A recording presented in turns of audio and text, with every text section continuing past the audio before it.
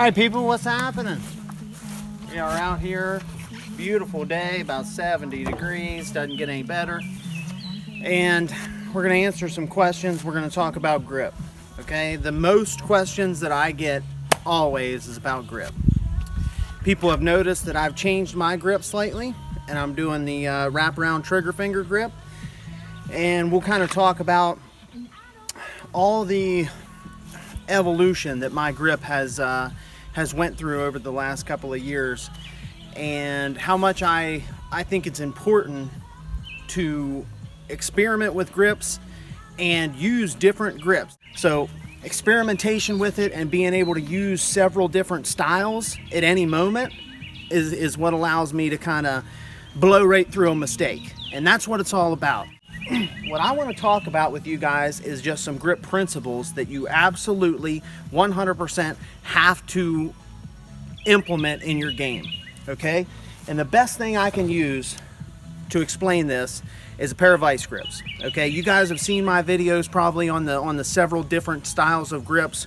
We've got Vogel style, Mike Seeklander style of opening a jar or tightening a jar and loosening a jar with the two hands and creating that pin and, you know, driving into the back of the gun. You got Vogel style of trying to tear that horseshoe apart and put inward pressure on the gun at the top, trying to really break that wishbone. You've got Eric Raffel, Ben Steger kind of style of pushing out isometrically with the right hand and pulling backwards just a little bit with the left hand in order to drive this left hand into the back of the gun as it goes out.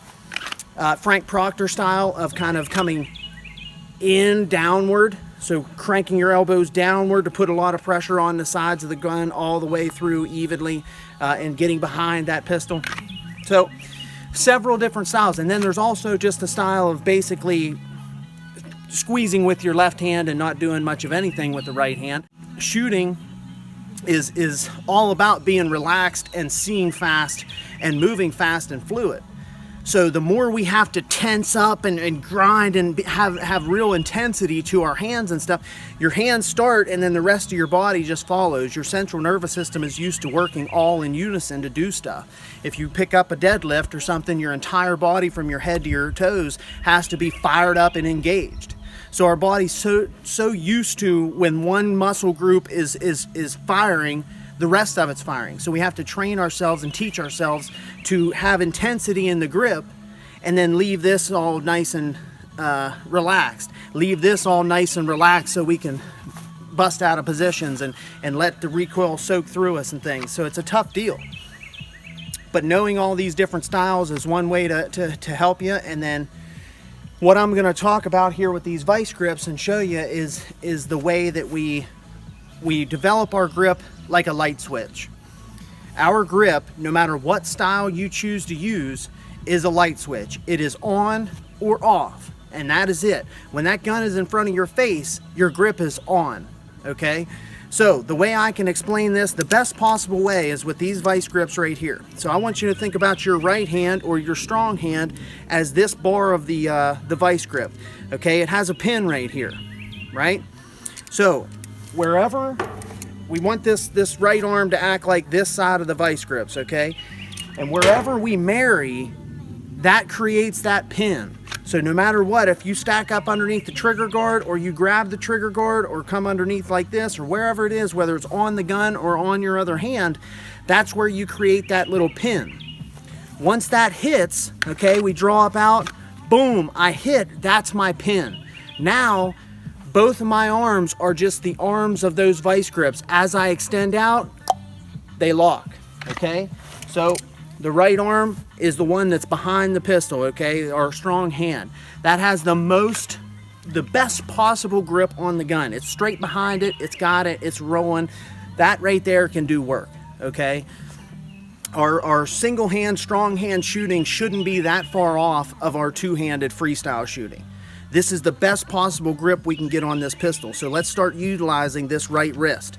You don't have to grip the gun very hard as far as squeeze wise, but this right wrist or strong hand wrist needs to be solid as a rock, just like this. We create this, right?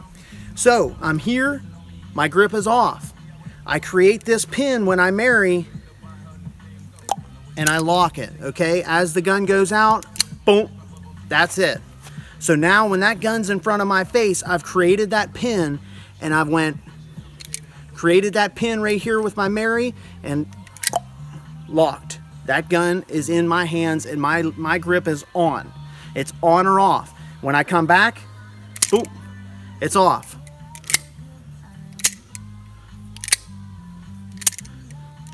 Okay, so what we're doing there is creating that pin wherever it is, and when we stretch out, it's our arms then create the arms of these pliers, right? So when I go out, my hands go whoop, and it's locked. There it is. That's locked, just like that vice grip. Boom, locked. It's on. The grip is on. It's not squeeze a little harder and this target is close, so I'm going to squeeze real hard, and no, none of that shit. Okay, people have asked me before, like when I was shooting those clay birds out of the air, that's about as precise as it gets. That's a hard freaking thing to do. Okay, you got to follow the clay bird and then pow, and break the shot as you follow through. It's a tough deal. It's hard to freaking do. The guy was throwing them, and they're going all different directions. I got to follow it, pow, and then follow through as I'm going. It was hard, but I'm gripping the gun exactly as hard shooting that clay bird out of the air as I am shooting a damn a bill drill or anything else. I don't know any other way than to clamp that thing like a vice grip, create that pin. I particularly create that pin right here on the actual pistol, so I get a little bit more mechanical leverage with it, and boom, when I hit this, as I come up, pow, I'm hitting that, and as soon as the gun goes to about 3/4 of extension, my grip is loose right here. Whack, on, hard, just as solid as a rock right here, loose, totally loose, air between there, boom, rock solid. That's why I can draw so fast and drill, and the gun cycles so smoothly and everything. And then what's great about all this is you start to really get a hold of that. Let me see how long this is. You start to really get a hold of what grip feels like and how it should work, right? The great part about that is I want you guys to be overly aggressive at first, okay? I want you to just bear down on the gun and try to rip the damn gun apart, okay? Grab a hold of the trigger guard, whatever you do, grab your own hand like this, and I basically just want you to freaking rip the gun apart. I want you to try to twist that gun apart, rip it apart, push and pull, and just drive your hand till you smash the damn gun shut, okay? When you set it out there, just be trying to tear it apart. Then feel what that recoil feels like, and feel what that slide feels like, and look at those sights when they're tracking nice and flat and everything, and you start to do that. Now your trigger finger is probably going to be a little slow, and your dexterity as far as transitions and being able to get off of a target onto another one, and all those things are going to be slow when you're being that aggressive. If you have that much intensity into your grip, it's going to be a little bit slow, right? But then once you start to feel what that feels like when that gun's just sitting there going right over top your hand, and you see those sights and you see that tracking, and you start to feel what that feels like, put in some reps like that, put in some rounds like that, just doing straight bill drills, one after another, straight doubles drills, one after another. Put in a couple thousand rounds doing that shit. Feel what that thing feels like when it's cycling, just like a typewriter. All right? We want that thing just to sit there and chill. And then you start to really understand, hey, I can see these sights, I can track these sights, I can make this stupid thing do what I want it to do. I'm gonna force this son of a bitch and thing to do what I tell it to right now, right here, right then. I'm gonna force it to do what I tell it to do. Then all of a sudden, you start to feel that, you start to see that, you start to turn on the processors, you start to feel what that feels like, see what that looks like. Next thing you know, you can start to back off a hair. Then you just chill out a little bit. You start to loosen up slowly, loosen up, loosen up, loosen up. Next thing you know, you're ding, ding, ding, ding, ding, and it's like nothing. Okay, you get really used to gripping that pistol the same way every time. You get really used to turning your grip on and off, on and off. After you do that, you can start to relax. You can start to loosen up the rest of you. And as long as you can maintain wrist rigidity as you loosen the rest of your body up, and as you loosen up your elbows and everything, you're going to be doing serious work in no time. So once you start to loosen up like that, the biggest thing is wrist rigidity. All right, we want to let the energy from this pistol dissipate through the elbows. All right, so back in the day we used to shoot the tactical turtle style or whatever, and all that's fine, and you can, I'm not saying that it won't work. You can control recoil with the tactical turtle style, but you're so built up with tension that everything else is slow. As we mess around here, we're going to shoot some bill drills and stuff. Once you start to loosen up, I want you to really think about wrist rigidity and allowing all that recoil to flow through your elbows, come up, flow through your chest, through your shoulder area, and out of your ass. Okay, we're set up for success. We're tuned in. We're ready. My ass is in an athletic position. I'm on the balls of my feet. I am sitting here. My rear heel is not touching the ground.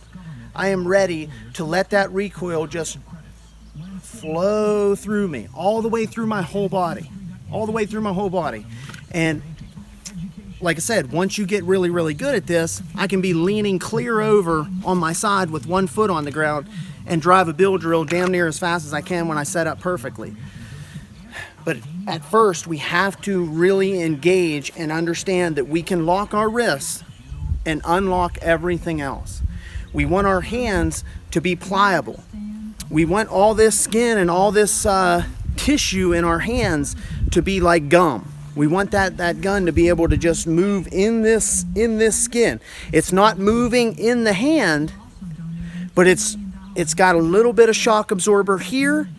Our wrists basically need to stay as rigid as they can, but it's impossible to stop it all the way. So we just kind of have a tiny bit of shock absorber there, and then we have big shock absorbers here.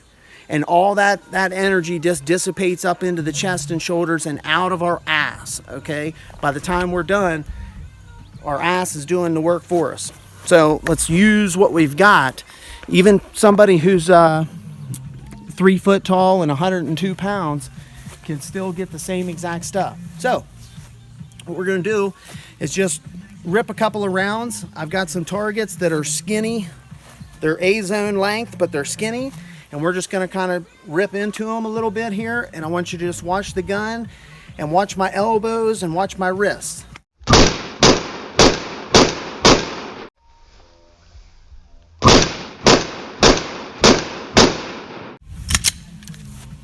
And I'm just as loose and as easy. I'm not even trying to grip the gun hard. I really want you to be able to see that it's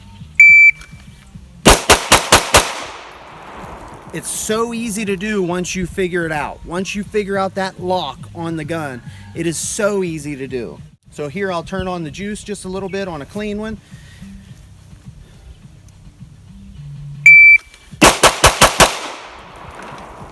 I'm just doing 5 shots, no reason to waste it.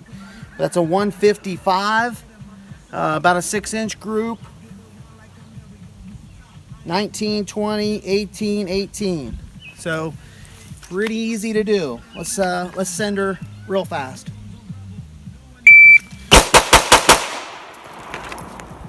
Okay, 143. I'll show you these last couple.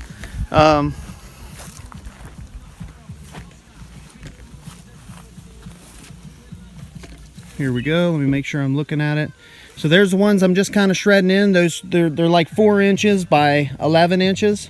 And there's the last 2 bill drills or 5-shotters into there. It's super simple.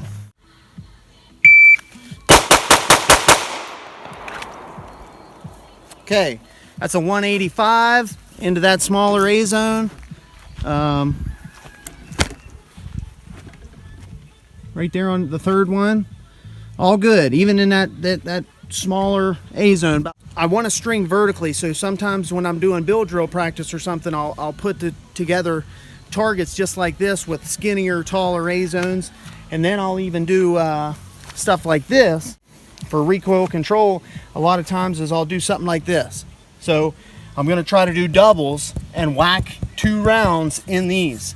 Now I'm not worried about side to side. I don't want a dispersion. I don't want a side to side dispersion, but basically I want my dot to go bounce, boom, bounce, bang, bang, bang, bang, bang, bang. Now here I'm just going to present the gun nice and easy, and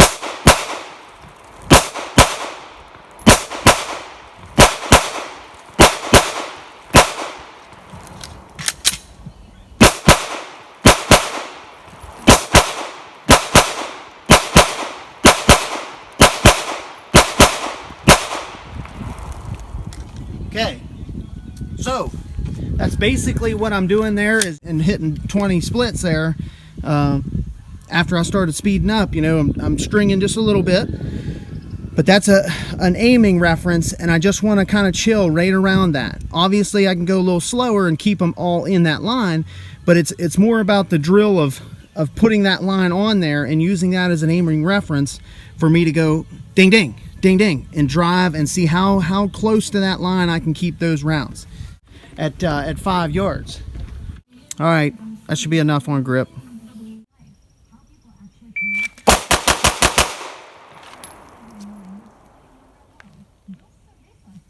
Holy shit. Well, that one I let go pretty hard. Wow. So let's take a look at that old girl. 143. Okay, what was the first shot? 54 first shot. 22, 16, 17, 18, 16. Let's take a look at the target, because that was a pretty good bill drill. There's three out. But if we're going fast, we may as well keep going fast.